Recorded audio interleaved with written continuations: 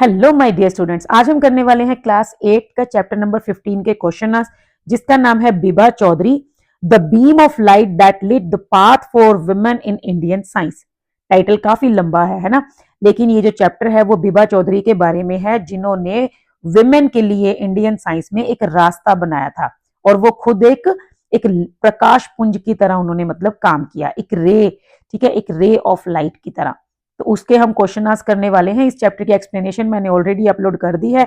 आप चैप्टर को अच्छे से समझ लीजिए और इसको बिल्कुल भी लाइटली मत लेना, क्योंकि लास्ट चैप्टर है, लास्ट में खत्म हुआ है। तो ऑब्वियस सी बात है, टीचर कोशिश करेगा कि वो इसमें से क्वेश्चंस जो हैं वो ज्यादा इंक्लूड करे आपके एग्जाम में। तो इसको बिल्कुल भी ऐसे लाइटली मत लेना और अच्छे से इसके क्वेश्चन आंसर जो है वो प्रिपेयर कर लेना।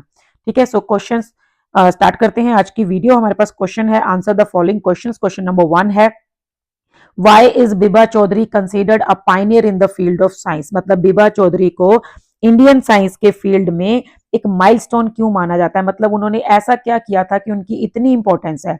सो आंसर है, Bibha Chowdhuri is considered a pioneer because she was the first Indian women. मतलब उनको पायनियर कहा जाता है इंडियन साइंस में क्योंकि वो पहली इंडियन वुमेन फिजिस्ट थी।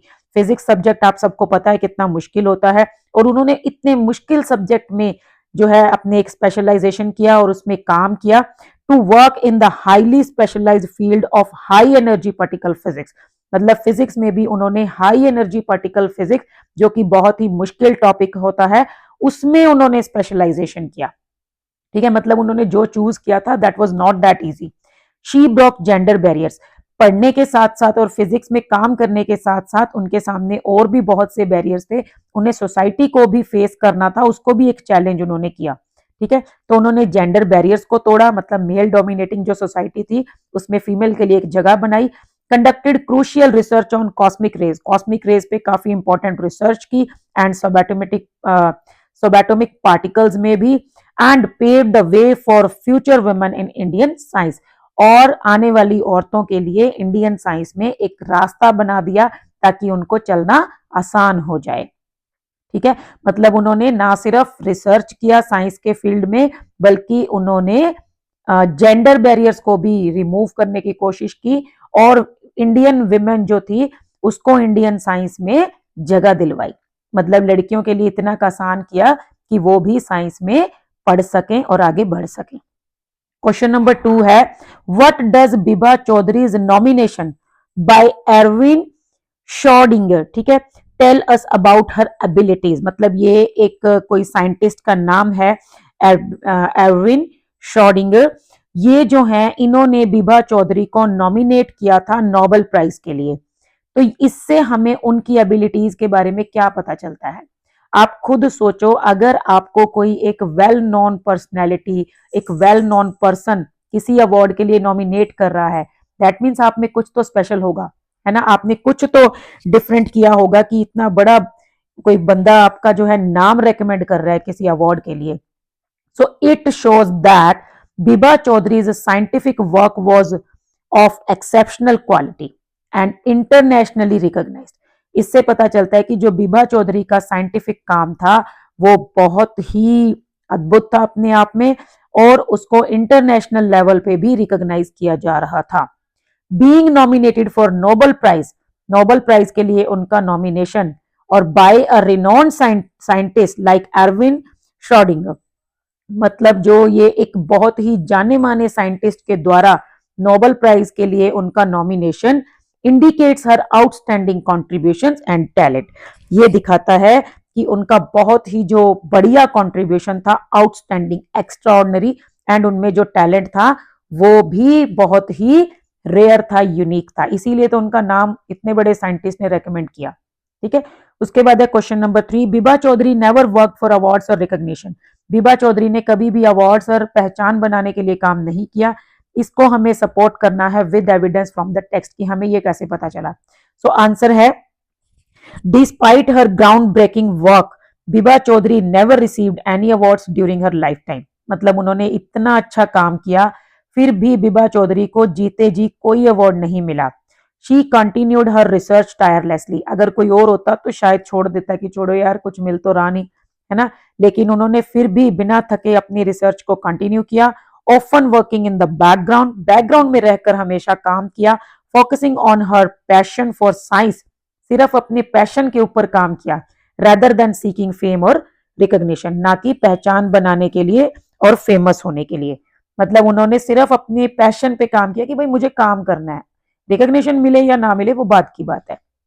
उसके बाद है question number 4, how does the renaming of a star, मतलब उनके नाम पे एक स्टार का नाम रखा गया था विभा, इससे मतलब क्या पता चलता है, serve as both a literal, एक तो इसका लिटरल मीनिंग भी है, and symbolical recognition of her contributions to science, और एक ये सिंबॉलिक रिकॉग्निशन भी है, मतलब उनको एक सिंबल से उनको पहचान दी गई, ठीक है, कि उनका कैसा कॉन्ट्रीब्यूशन रहा साइंस में। तो ये कैसे हुआ? सो आंसर है literally it immortalise her name in the cosmos. Vibha, Vibha मतलब विभा जैसे कि प्रकाश की किरण, ठीक है, तो एक स्टार टाइप ही हो गया, ठीक है। तो लिटरली इसका जो मीनिंग है वो उनके नेम को इमोर्टलाइज करता है, मतलब उनके नेम को अमर करता है कि कभी कोई भूले ना, इन द कॉस्मोस यूनिवर्स में।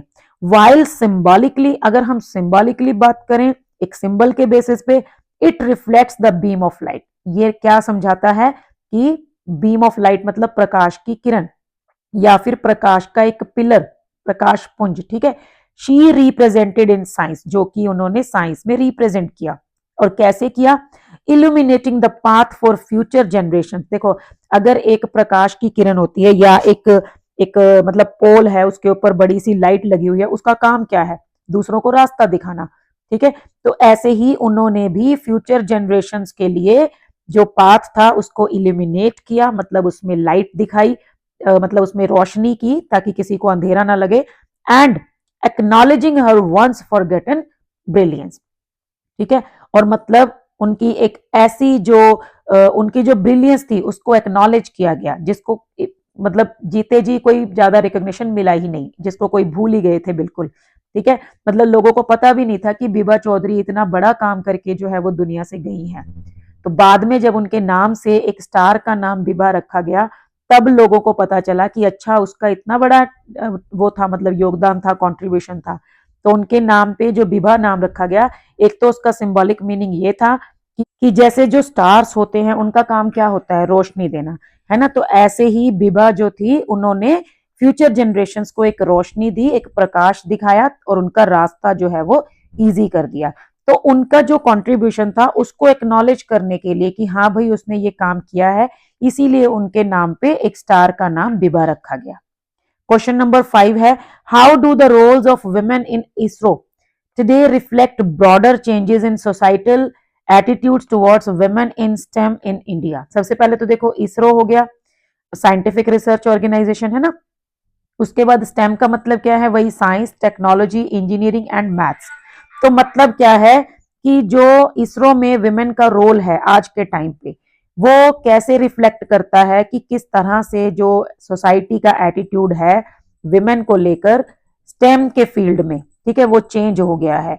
तो इसमें आंसर है, मतलब हमें वो चेंजेस बताने कि कैसे चेंज हो गया है। So answer, women in ISRO today hold leadership roles in major space missions. इसका मतलब क्या है कि जो इसरो में बड़े बड़े स्पेस मिशंस होते हैं आज के टाइम पे, उसमें जो विमेन है वो लीड करती हैं, मतलब उनके पास लीडरशिप रोल्स भी हैं। They are not just a participant, मतलब सिर्फ वो उसमें पार्ट नहीं लेती हैं, सिर्फ वो उसको बल्कि लीड करती हैं, खुद उस प्रोजेक्ट पे काम करती हैं। शोइंग दैट, और इससे क्या पता चलता है कि सोसाइटल एटीट्यूड्स हैव शिफ्टेड, कि अभी जो सोसाइटी के जो एटीट्यूड्स हैं वो बिल्कुल चेंज हो गए हैं, to recognise and support women's capabilities, कि वो औरतों के योगदान को समझने भी लगे हैं, पहचानने लगे हैं, और उनको सपोर्ट भी करने लगे हैं in science and technology, science और टेक्नोलॉजी के फील्ड में। मतलब अब ना कि लड़कियों को पढ़ने की परमिशन है, बल्कि उनको सारी सोसाइटी जो है वो सपोर्ट भी करती है। दिस प्रोग्रेस, अब ये जो प्रोग्रेस हुई है, ये जो चेंज आया है सोसाइटी में, is rooted in the pioneering efforts of women like Vibha Chaudhary.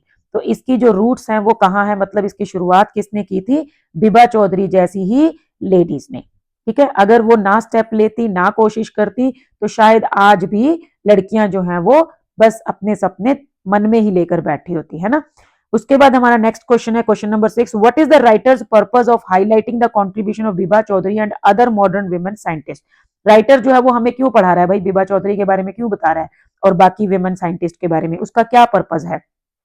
So the writer's aim to inspire reader, सबसे पहला उसका जो एम है, उसका जो टारगेट है, that is to inspire us, जो हम पढ़ रहे हैं ताकि हमें इंस्पिरेशन मिले, स्पेशली यंग गर्ल्स। अभी आप 8th क्लास के स्टूडेंट्स हैं, अगर आज आप में से मतलब इसको अगर हजारों बच्चे इस चैप्टर को पढ़ते हैं और उनमें से कोई एक भी लड़की अगर इंस्पायर होती है, दैट मीन्स कि राइटर का पर्पस जो है वो पूरा हो गया।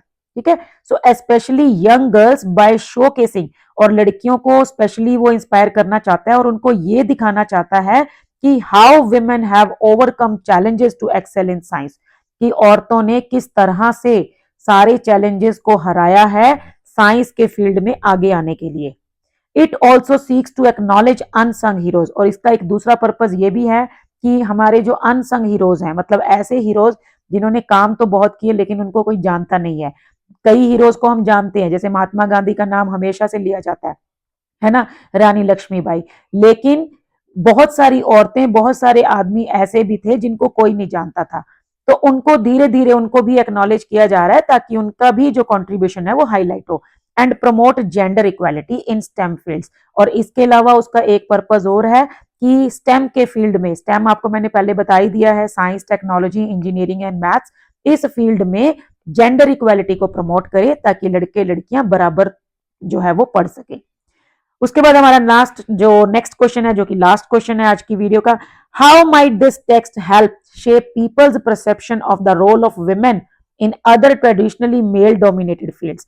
मतलब ये जो टेक्स्ट है, ये जो चैप्टर है, वो किस तरह से लोगों की परसेप्शन को चेंज करेगा, ठीक है, कैसे उसको शेप करेगा, मतलब किस चीज के बारे में, role of women other in other traditionally male dominated fields, क्योंकि आज भी अभी बहुत सारे फील्ड्स ऐसे हैं जहां पर जिसको मानते हैं कि वो लड़कियों के लिए नहीं है, जैसे बहुत सारी गेम्स ऐसी हैं, स्पोर्ट्स ऐसे हैं जिनको कहेंगे कि ये तो सिर्फ लड़कों के लिए है, लड़कियों के लिए नहीं है, तो उनमें अभी जो लोगों का जो परसेप्शन है उसको थोड़ा चेंज करने की जरूरत है, तो उसमें ये टेक्स्ट कैसे हेल्प करेगा। सो आंसर है, this text challenges stereotypes and encourages society to view women as equally capable in all fields.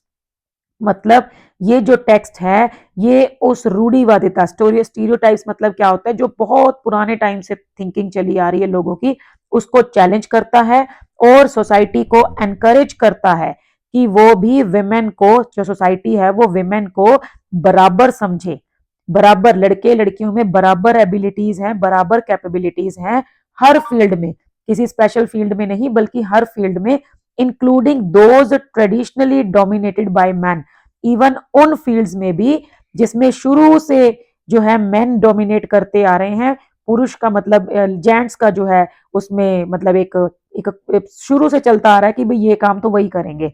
So it motivates individuals to support and recognise women's contribution across professions.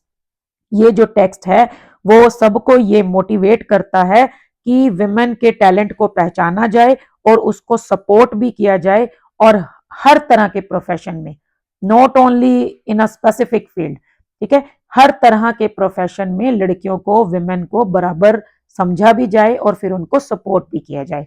तो ये था हमारा chapter Bibha Chaudhary. इसके question ना सबने कर लिए हैं, एक्सप्लेनेशन भी मैंने आपको करवा दी है, मैं कोशिश करूंगी बुक एक्सरसाइज भी करवा दूं, ठीक है। और बिभा चौधरी से ना सिर्फ बल्कि इस चैप्टर को पढ़ना है बल्कि इनसे कुछ सीखना भी है, चाहे कितने भी चैलेंजेस हमारे सामने हो, फिर भी अगर हम मेहनत करते हैं तो एक दिन जरूर कामयाब होते हैं और सोसाइटी हमारे काम को जरूर पहचानती है, ठीक है। तो चलिए आज के लिए बस इतना ही, मिलते हैं नेक्स्ट वीडियो में, तब तक के लिए थैंक यू, बाय बाय।